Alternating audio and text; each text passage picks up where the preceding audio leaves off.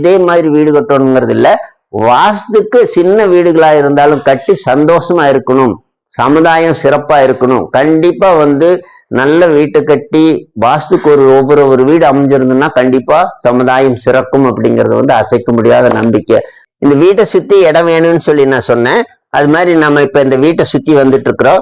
வீட்டினுடைய தெம்பரத்து பகுதி இது. இந்த இதுல நம்ம இடம் இருக்கிறத வச்சு இங்க 1 அடி 9 இன்ச்சு மட்டும் இருந்தா விட்டுருக்குறோம். இந்த சந்து வழியா நம்ம நடந்து தாராளமா போலாம். இப்ப நம்ம நடந்து போயிட்டு இருக்கிறோம். மேல இருந்து பூச்சி புழு இதெல்லாம் போகாம இருக்கிறதுக்கு கூரையினுடைய அடிப்பகுதியை இந்த மாதிரி பேக் பண்ணி இருக்கிறோம்.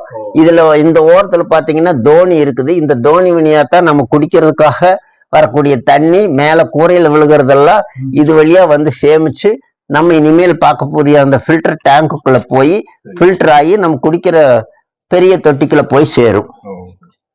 இது சர்வீஸ் ஏரியா, இது ஃபில்டர் டேங்க்குங்க.